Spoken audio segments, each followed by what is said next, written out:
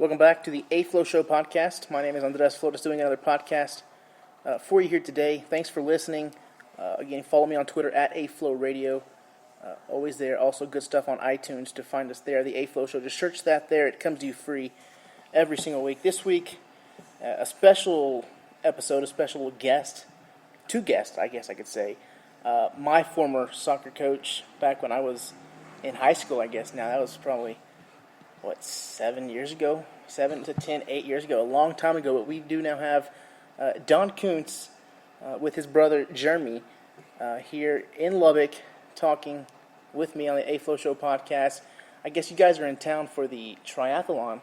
Yeah. That's going to be for here. The Buffalo Springs Ironman 70.3 triathlon. So thanks for joining me. I'm glad you reached out, and glad to see you, I guess. Yeah. It's been a bit since we were able to last talk. How are things going? Everything's going good, man. Just coaching during the school year and summer times. Right around May, June, July. I get time off to train and have fun a little bit. And I guess my fun and my enjoyment is doing triathlons and staying active. So So how many do you try to do a year? Usually try to do at least 3 or 4 triathlons a year. Yeah, usually one every month, and one in May, one in June, one in July, or maybe vice versa. Maybe 2 in May, 1 in June, 1 in July. So this year this will be my third one. So I'm looking at maybe one or 2 more. Also have Don's brother Jeremy. Jeremy, thank you for taking the time, being a part of this. I guess who's the oldest? Don? Yeah, I'm the oldest. Don's the oldest. Yeah, I'm the oldest. Yeah, he's the fastest. You told me you were a musician too. Yes. But growing up, were you also into like soccer and track and stuff like that? Yeah. I mean, following in Big Brother's footsteps. So, soccer, track, all the same activities. Yeah. What's the reaction when Don tells you or comes back and says he's going to be a coach or he's coaching a U16 or whatever, U12, whatever it was at the time, that he's coaching, getting into soccer like that? It kind of, of course, growing up in the same household, of course, we had a lot of the same activities, and just me seeing him do a lot of things, just trying to either outdo him or at least trying to match him and doing lots of things.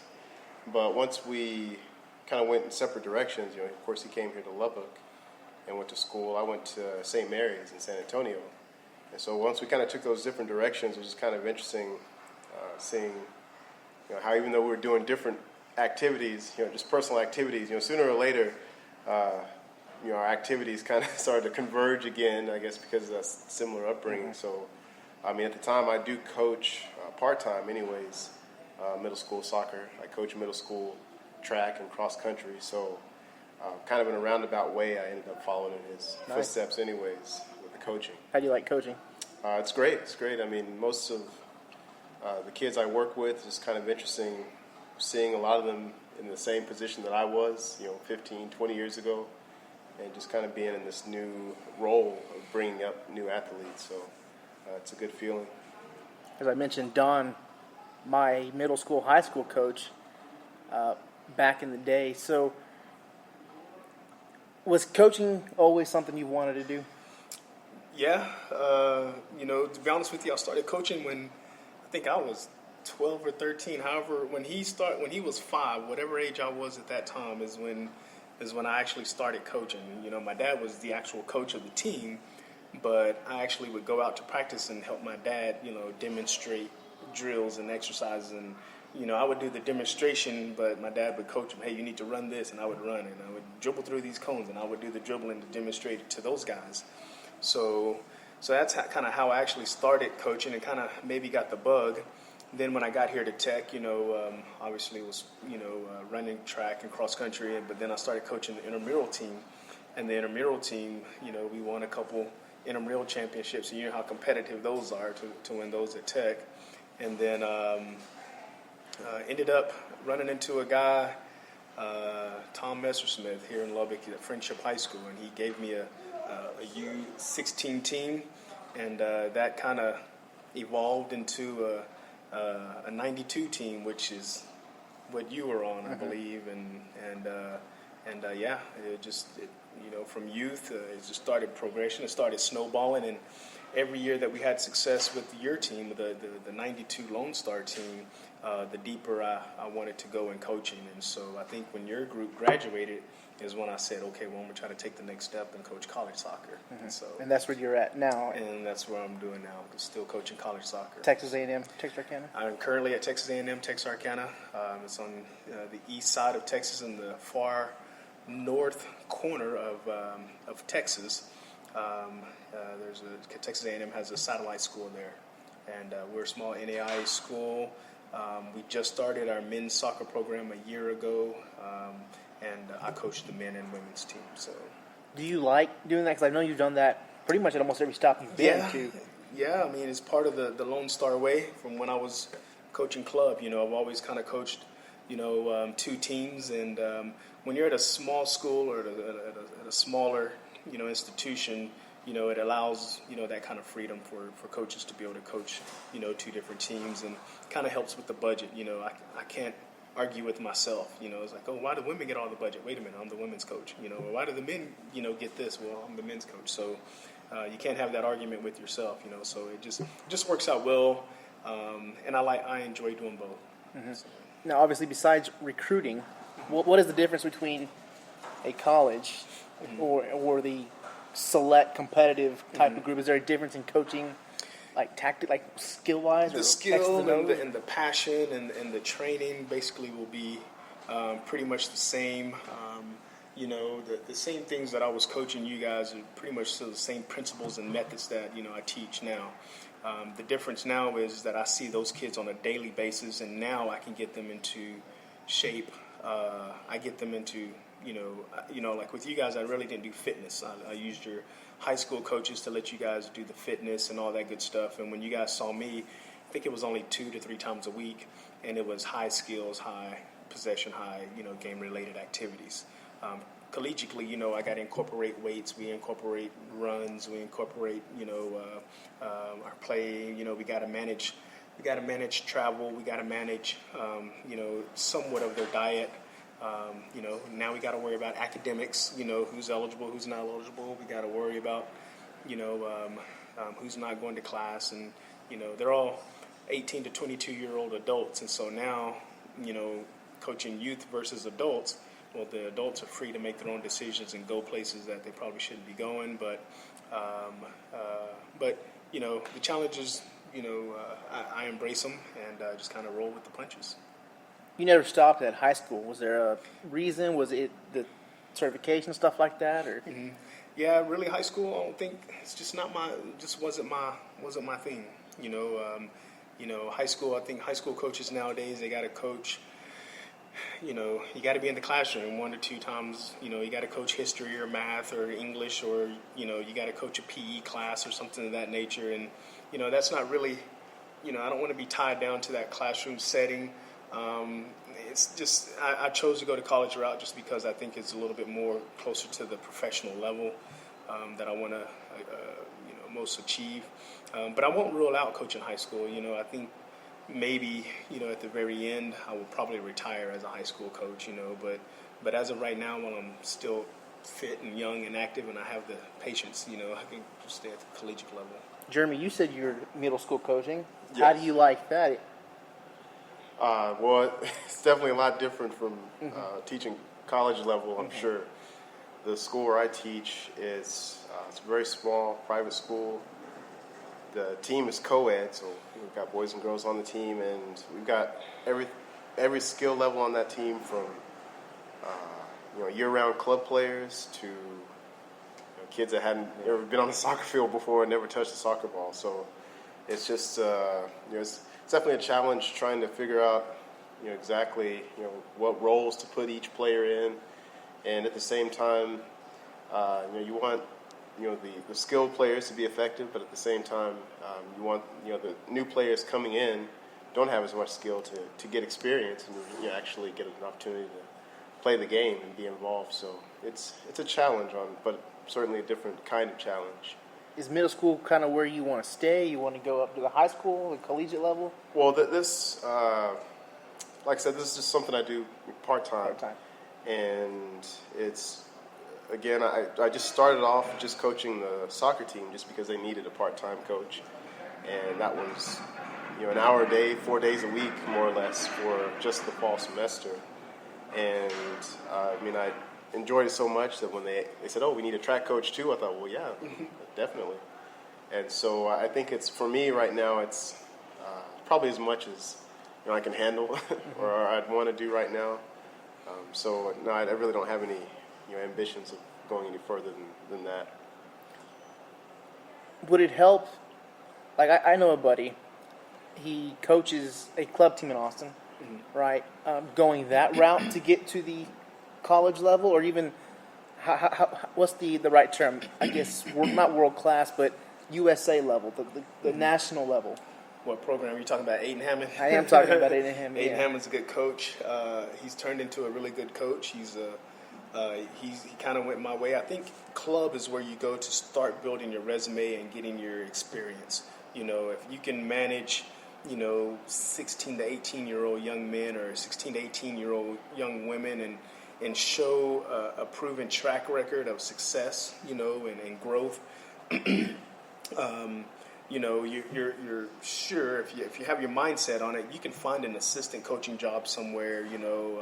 I think a couple of years ago when you were looking, I was like, hey man, maybe there may be an opportunity here for you to come, be an assistant coach, and so you can kind of get your foot in the door as an assistant coach somewhere and kind of learn the ropes and whatnot, and then you should be primed and ready after at the NAI or Division III level. You should be able to jump after 2 years of experience and go somewhere else.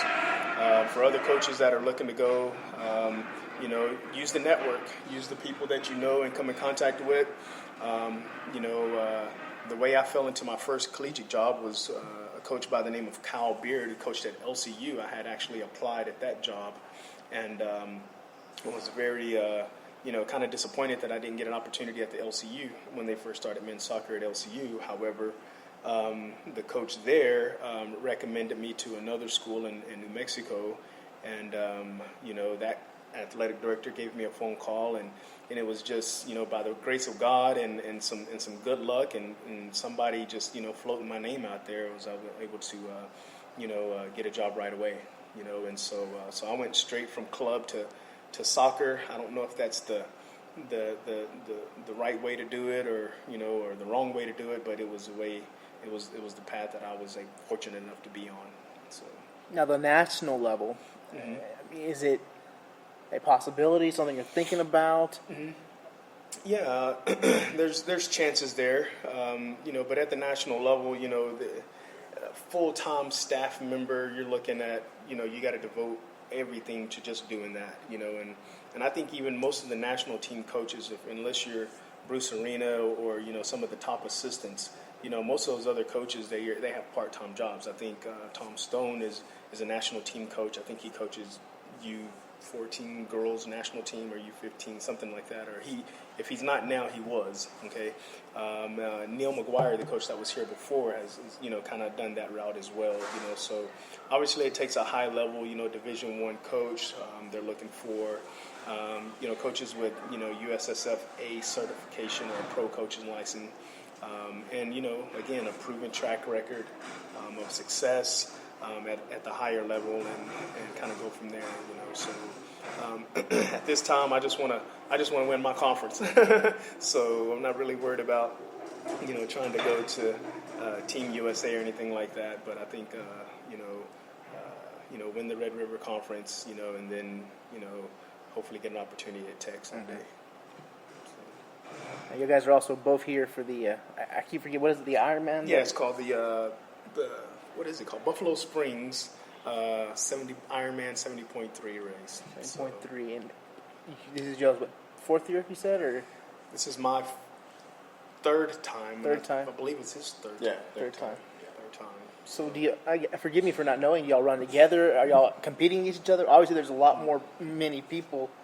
Yeah, so how many competitors are in the race overall? I would say between 1,200 and 1,500. Wow. Yeah, so there's between 1,200 and 1,500 people, and of course we don't train together most of the year. We actually had trained together for about 3 or 4 days. Had a couple of great days of training earlier this week.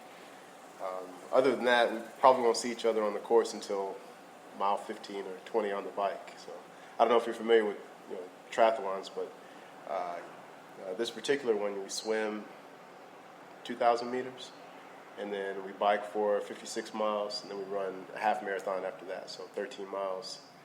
So it's a long day. I guess the average person takes about 5.5 to 6 hours. Wow.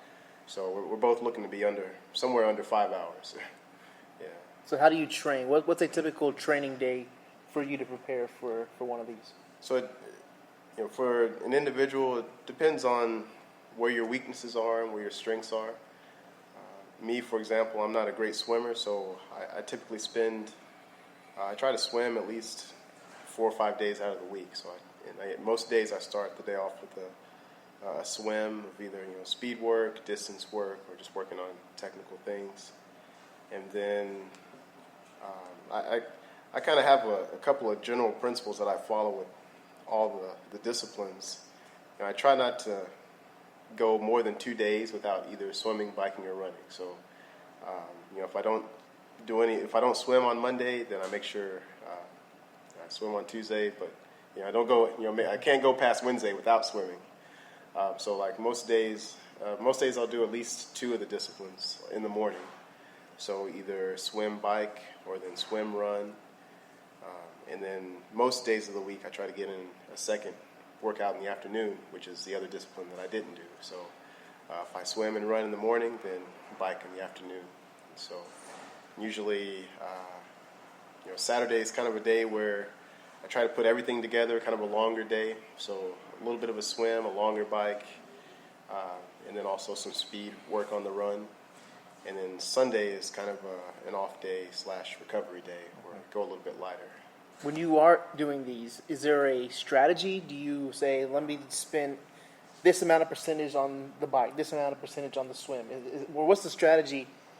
I guess not necessarily to win it. I'm sure there's going to be a winner, but how would you go about doing I'm going to spend 40%?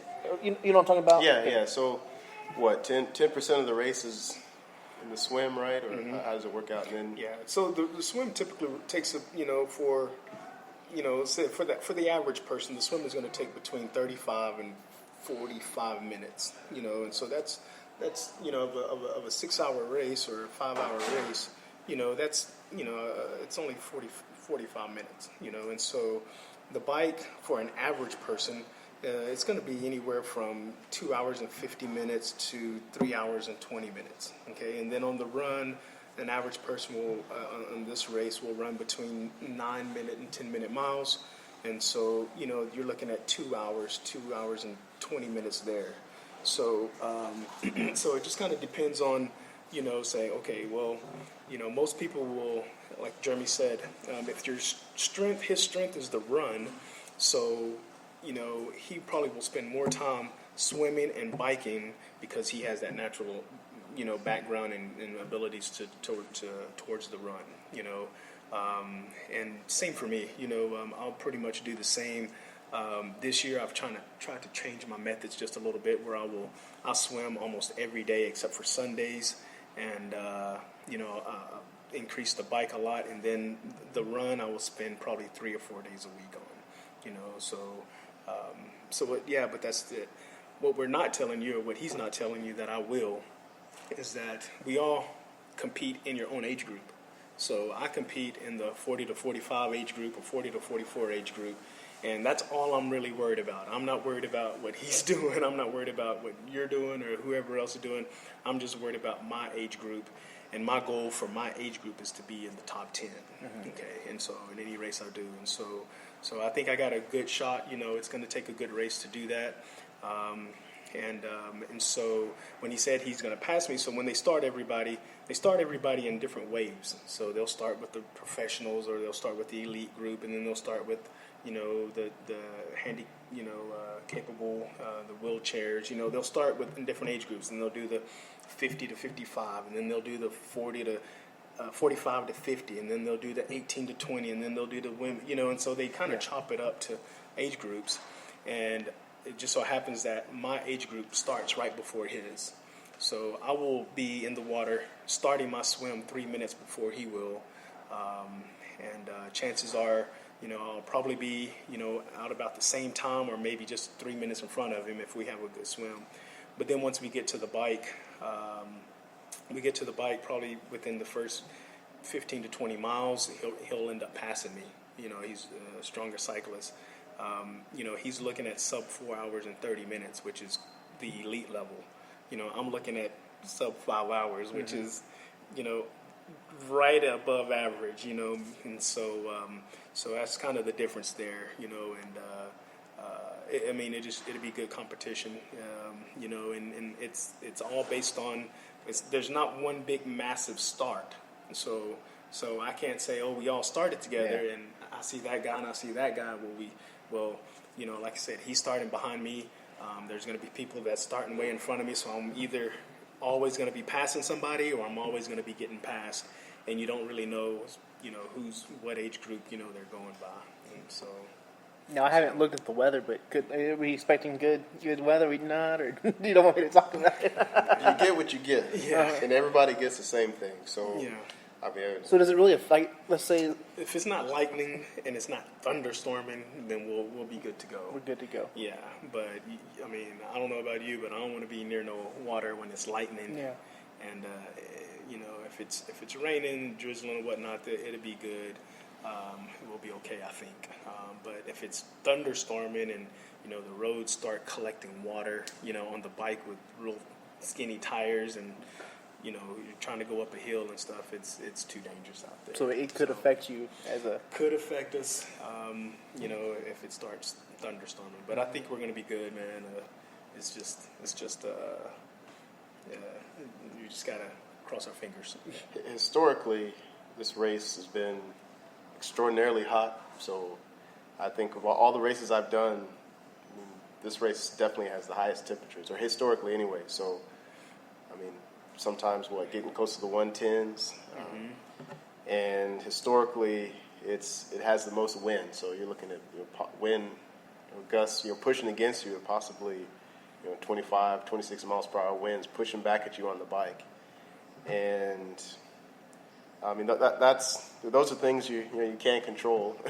And like I said, everyone gets the same conditions. So, if all the times are slower, because of the weather, all the times are slower. This race also has, we've done every race in Texas anyways, and it also has some of the toughest climbs. And so, everywhere, it's interesting, everywhere in Lubbock, it's flat. Mm-hmm. And then you go out into you have this race that starts at the bottom of a canyon, basically. And the first mile of the race, you're climbing a hill with 45, degree, incline. Mm-hmm. And then there's a couple of climbs on that hill where I've seen people where they just have to get off of or on the course where they have to get off of their bikes and just walk their bikes up the hill. So it's definitely a challenging course, but that's one reason I like coming over here, because it's just a whole different world over here, a whole different kind of challenge. So actually, if we get rain tomorrow, it might actually be a blessing. We might actually enjoy. We already have cooler temperatures, so we're actually looking forward to cooler temperatures tomorrow. I'm curious, how many of these races have you done overall? I've done, for the past 4 years. I started about 4 years ago. I think I've done maybe three or four races a year. This might be number 10. Different distances, yeah. So I don't know about him. He started a lot sooner than I did, so he's got more races under his belt. Is it funner, like more challenging? Like whenever you either sign up or you're right there at the starting line, and you say it's number 10, is it kind of the same old, or?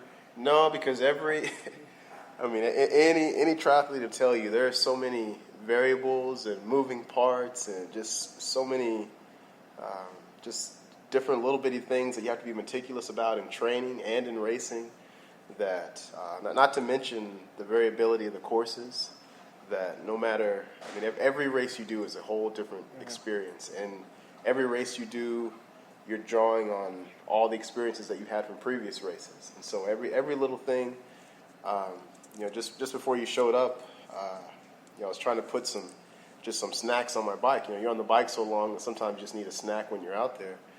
And I think the past 2 or 3 races, I've had this issue where when my knee comes up and I'm pedaling, that it scrapes up against the little bag where I put the snacks, and that gets annoying after 56 miles or 112 miles. So like that's something I'm trying to figure out. And it's just a little bitty thing, but every race is different, and that's what's so great about these races is that you see areas in which you can get better, whether it's a technical thing like snacks on your bike, or just different approaches to training. Like you can always see areas in which you can improve. And so like for me, that's just because sooner or later people say, oh well, there's no way I can get better, so why continue racing? But this is why we like to compete, because we always see that here's something where I can get better, where I can improve. So that's really what it's all about for me, is just trying to get better and better every time I go out there and do it. So every race is different. How about you, Don? Do you get nervous? Like, is there like a sense of nervousness or anything when you start a run? In the beginning, yes. In the beginning, Even if it is not your first time, isn't that? Yeah, in the beginning, it was. I think for me, it was just conquering the swim. And sometimes I still get out. Like tomorrow, I'm sure. I'm confident. This will be my most confident swim that I've had. I will have.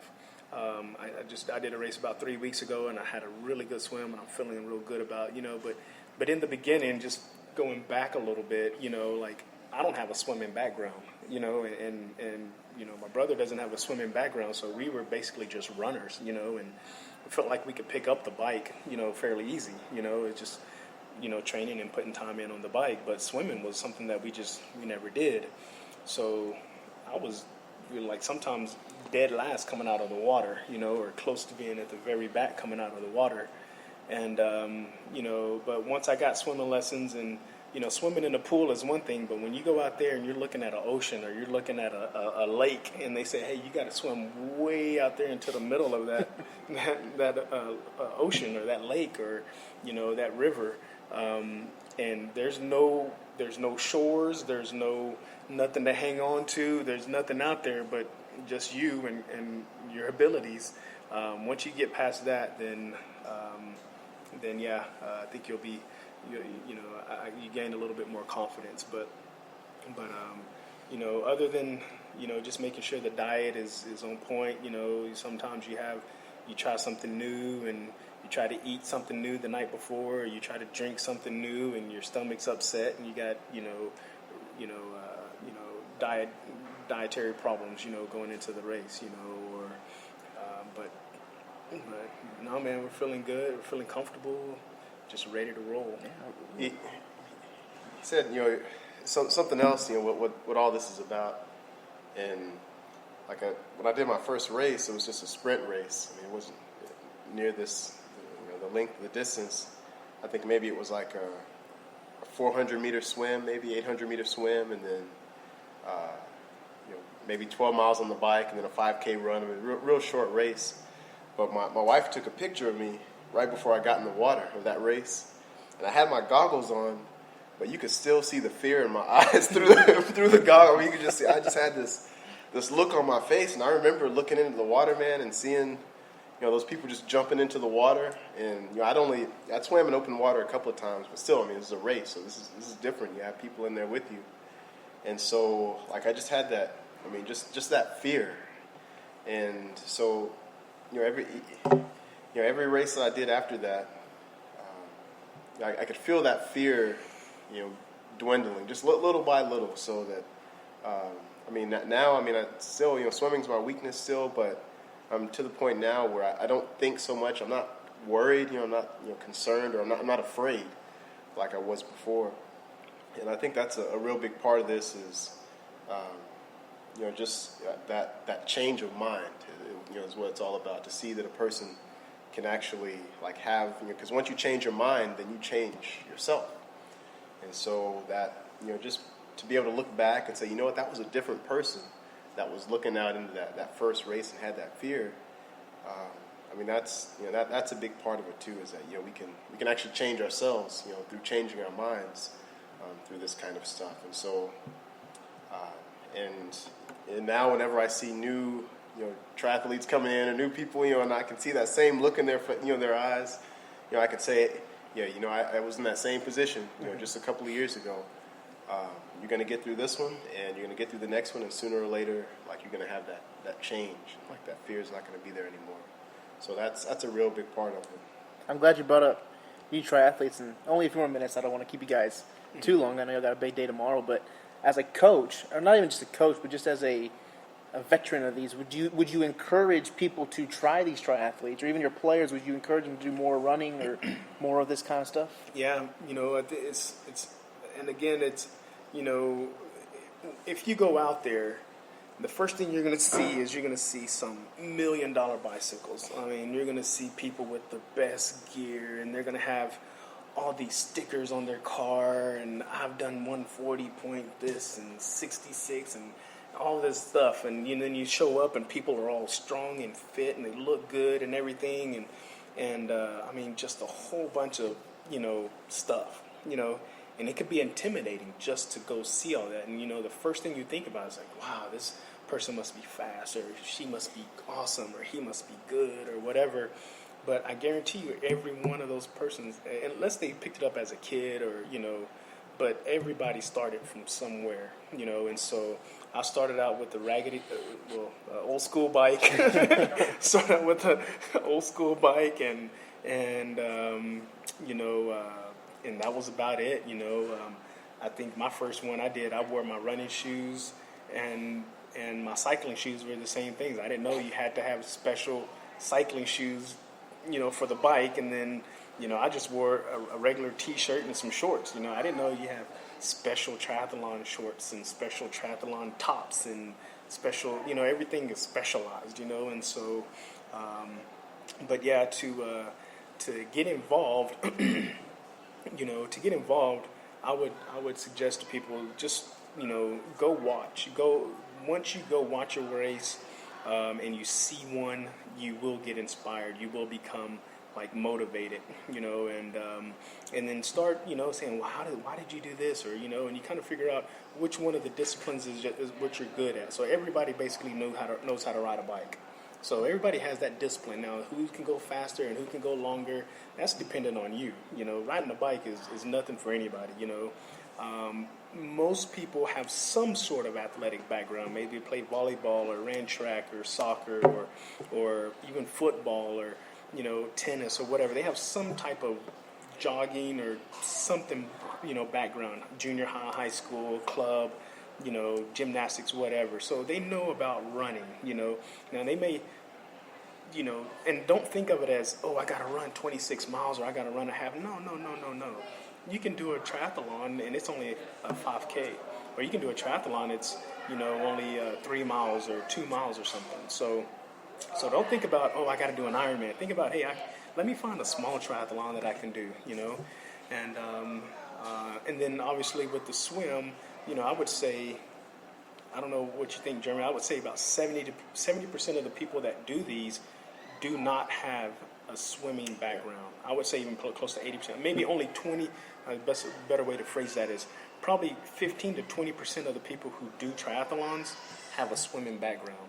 So you're looking at most people don't have a swim background. It's you that has to get in the water and practice and train and those type of things. But go to one, go to an Ironman, go to a small one, see the difference, start, and then, it's life changing. And don't think of it as, oh, I got to compete against Jeremy Koontz or I got to compete against Chris Lovato or the big dogs. Think about, okay, well, I'm competing against people in my own age group. So everybody from 25, from 25 to 29. That's the only people I'm worried about. I'm not worried about the pros. I'm not worried about the experienced people. I'm just worried about the people that are in my group, and let's see if I can be better than 50%.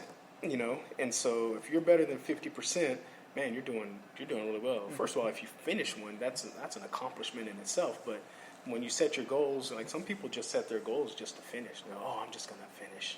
I can't wait to finish, and I want to do it just so I can prove to myself that I can finish.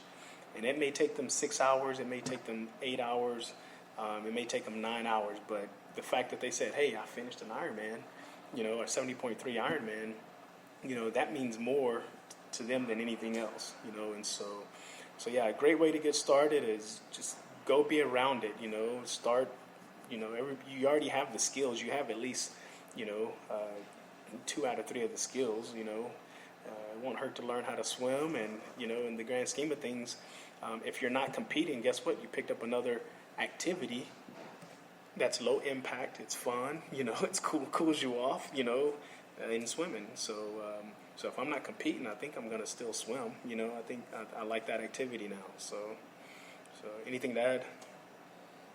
Yeah. So also, you talk about trying to encourage people to join the sport or at least try it out. One thing we haven't mentioned at all is that it keeps you in extraordinarily good shape.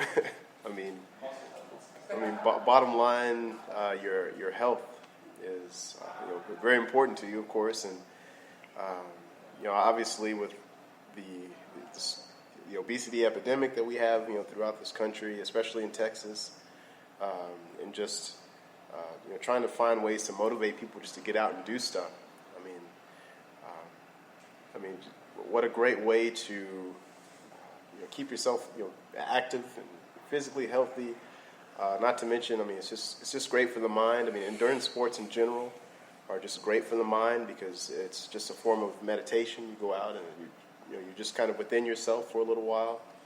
But as far as just physical and mental health, I try to encourage as many people as I can, especially those who just don't have any kind of physical regimen, to go out and to try it, or at least, like you said, start with just one of the disciplines. So start with running, start with just cycling or swimming or whatever it is. And on top of that, man, it's just a lot of fun. I try to tell people like this.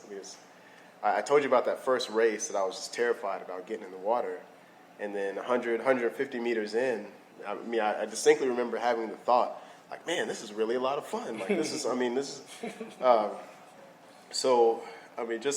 aside from all the health benefits, it is a lot of fun. You get out there, like you said, you're racing against people in your own age group, and so I definitely try to encourage as many people as I can to at least try it, or like you said, go out and watch a race, and that'll be inspiring enough. It's good stuff. Good luck. Can we end on a couple of Lonestar questions? Yeah, go for it. I would be killed if I didn't ask. I guess no one's telling me to ask, but just because I've always, it mattered to me growing up, and I've always wanted to get your thoughts and stuff like that. Okay. We never really, when I was playing under you, we never really had opportunities to, But you don't want to talk to the coach. You're scared. I guess, do you wish we started earlier? When I mean that, like Classic League, because we really did not. We could have done, in my opinion, we could have done so much better than what we did. Man, you're opening up old wounds. I have vivid nightmares about some of those games, but yeah, you're Lonestar wise.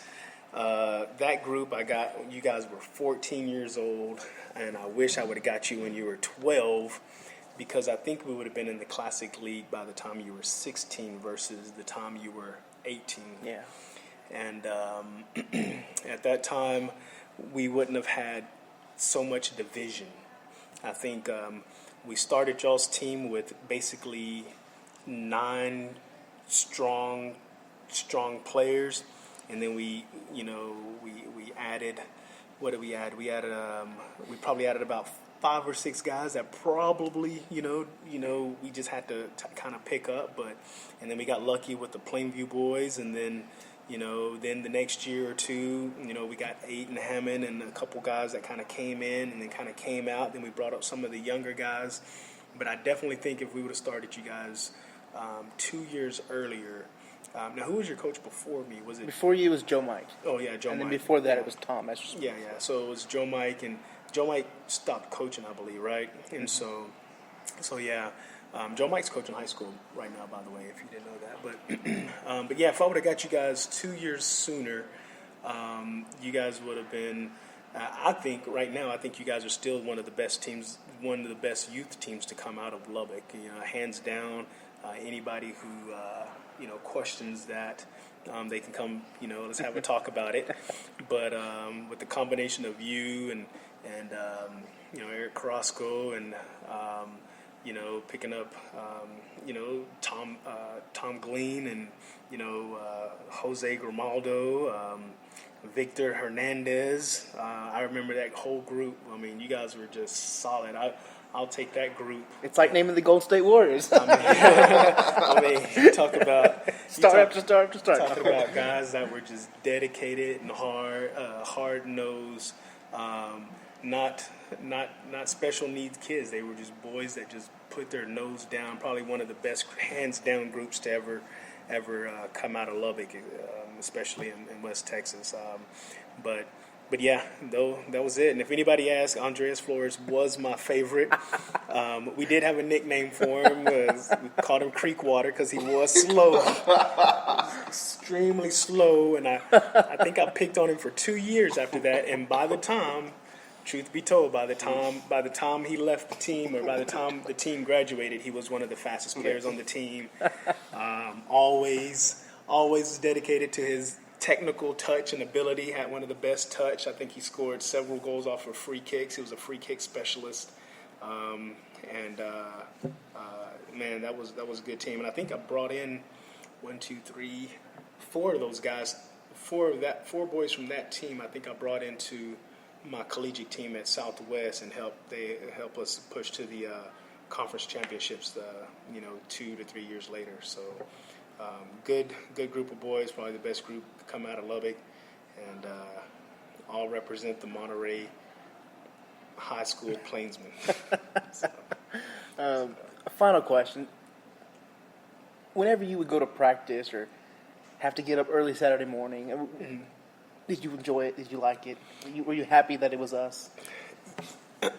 Yeah, I did, man. I mean, you saw me. I was just as passionate. I was just as passionate in playing, with you guys as much as possible, man. And, again, it was every time I got to be around you guys, I saw, little snippets of myself in each one of you guys. I was like, hey, listen, well, he's not that fast, but, man, his touch is unbelievable. Or, who was the kid, the twin, Jacob Bracia.